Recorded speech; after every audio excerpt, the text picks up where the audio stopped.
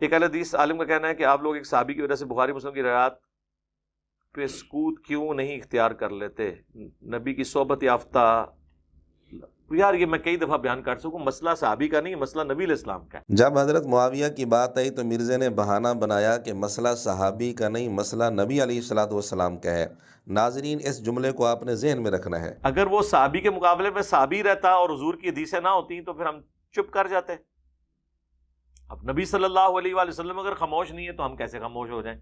یہ جملہ بھی آپ نے ذہن میں رکھنا ہے۔ مرزا کہہ رہا ہے جب حضور علیہ الصلوۃ والسلام خاموش نہیں تو ہم کیسے خاموش ہو جائیں؟ تو یہ عقیدہ نہیں ہے کہ عمار کو ایک باغی جماعت قتل کرے گی، عمار انہیں اللہ اور جنت کی طرف بلائے گا، وہ جماعت دوزخ کی طرف بلائے گی۔ ایک جنت اور دوزخ سے بڑا اور عقیدہ کون سا رہ جاتا ہے؟ یہ مرزا نے اسی ویڈیو میں تیسرا جملہ بولا ہے کہ حدیث عمار میں چونکہ جنت جہنم کا تذکرہ ہے اس لیے یہ عقیدے کا مسئلہ ہے، اس سے بڑا عقیدہ اور کون سا ہوگا؟ تو جنت جہنم کا تذکرہ جس روایت میں ہو اس کا تعلق عقیدے کے ساتھ ہے۔ یہ مرزا نے اصول آپ کے سامنے بتایا ہے۔ تو تین باتیں ہو گئیں۔ نمبر ایک، مرزا نے کہا مسئلہ صحابی کا نہیں، مسئلہ حضور علیہ الصلوۃ والسلام کا ہے۔ دوسرا جملہ بولا کہ جب حضور خاموش نہیں تو میں کیوں خاموش رہوں۔ تیسرا جملہ بولا چونکہ اس روایت میں جنت جہنم کا تذکرہ ہے تو اس کا تعلق عقیدے سے ہے، اس سے بڑا عقیدہ اور کیا ہوگا۔ اب ہم آپ کے سامنے انہی تینوں باتوں میں مرزا کی منافقت واضح کرنا چاہتے ہیں کہ مرزا کس درجے کی منافقت کرتا ہے۔ صحیح بخاری میں بھی 10 حدیثیں موجود ہیں، صحیح مسلم میں بھی 10 حدیثیں موجود ہیں جن میں جناب ابو طالب کے متعلق یہ تذکرہ ہے کہ وہ ایمان نہیں لائے تھے، ان کی وفات کفر پر ہوئی تھی اور وہ جہنم میں جائیں گے اور ان کے پاؤں جہنم کی آگ میں ہوں گے اور جہنم میں سب سے ہلکا عذاب ان کو ہوگا۔ یہ ساری باتیں ان روایات اور احادیث میں موجود ہیں اور یہ روایات بھی ہم نے بخاری مسلم سے پیش کی ہیں، کسی اور کتاب سے پیش نہیں کی، اور ہم بھی بلا وجہ ان روایات کو عوام میں نہیں اچھالتے، لیکن یہاں ہم نے صرف مرزا کی منافقت واضح کرنے کے لیے یہ روایات آپ کے سامنے ذکر کی ہیں۔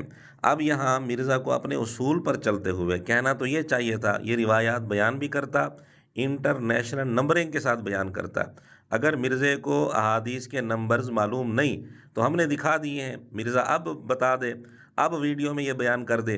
تو مرزا کو اپنے اصول کے مطابق چاہیے تو یہ تھا کہ انٹرنیشنل نمبرنگ کے ساتھ یہ ساری روایات سناتا اور پھر یہ کہتا کہ اگر کوئی مجھے کہتا ہے کہ خاموشی اختیار کرو تو میں اسے کہوں گا کہ یہ جناب ابو طالب کا مسئلہ نہیں، یہ ہمارے نبی کا مسئلہ ہے۔ اور پھر یہ جملہ بولتا کہ جب حضور خاموش نہیں ہے تو میں کیوں خاموش رہوں۔ پھر یہ جملہ بولتا کہ چونکہ ان روایات میں جہنم کا تذکرہ ہے تو اس سے بڑھ کر کیا عقیدہ ہوگا، ان کا تعلق عقیدے کے ساتھ ہے، میں تو عقیدہ بیان کروں گا۔ یہ سارے جملے ان روایات کے ساتھ مرزا کو بولنے چاہیے تھے، لیکن جب جناب ابو طالب کی بات آئی تو ان روایات کے متعلق مرزا نے کیا بیان دیا، مرزا کا کیا رویہ تھا، یہ سارے اصول مرزا بھول گیا۔ جو سیدنا معاویہ رضی اللہ تعالیٰ عنہ کے متعلق مرزا نے اصول بنائے تھے، کھڑے کیے تھے، سارے اصول بھول گیا۔ مرزا نے جناب ابو طالب کی جب بات آئی تو کیا کہا وہ بھی آپ سن لیں۔ ابو طالب کے بارے میں اپنا موقف بیان کرتے ہیں۔ میں نے بارہا کہا ہے کہ ان کے بارے میں ہم خاموشی اختیار کرتے ہیں۔ اہل سنت اور اہل تشیع میں دو طرح کی آراء پائی جاتی ہیں۔ کیوں مرزا جی کیوں بدل گئے؟ اپنے سارے اصول پس پش ڈال دیے۔ یہاں تو مرزا کو انٹرنیشنل نمبرنگ کے ساتھ وہ ساری روایات بتانی چاہیے تھیں اپنے اصول پر چلتے ہوئے، اور کہنا چاہیے تھا کہ مسئلہ جناب ابو طالب کا نہیں بلکہ مسئلہ ہمارے نبی کا ہے، اور کہنا چاہیے تھا کہ جب حضور خاموش نہیں میں کیوں خاموش رہوں، اور کہنا چاہیے تھا کہ جب ان روایات میں جہنم کا تذکرہ ہے تو ان کا تعلق عقیدے سے ہے، اس سے بڑا عقیدہ کیا ہوگا۔ یہ ساری باتیں یہاں مرزا کو کرنی چاہیے تھیں، لیکن مرزا نے بالکل نہیں کی، بلکہ مرزا نے کیا کہا جی خاموشی اختیار کریں۔ جب سیدنا معاویہ رضی اللہ تعالیٰ عنہ کے متعلق مرزا سے کہا گیا کہ علماء کہتے ہیں خاموشی اختیار کرو، تو مرزا نے بہانے کیا بنائے تھے کہ جی میں جب حضور خاموش نہیں میں کیوں خاموش رہوں، اور یہ مسئلہ صحابی کا نہیں ہمارے نبی کا مسئلہ ہے۔ تو یہاں یہ ساری باتیں مرزا کیوں بھول گیا؟ یہ منافقت کیوں ہو رہی ہے؟ یہ دوہرا معیار کیوں ہے؟ یہ بدلتے پیمانے کیوں ہیں؟ رہ گئے حضرت ابو طالب، ان کے بارے میں اختلاف پایا جاتا ہے۔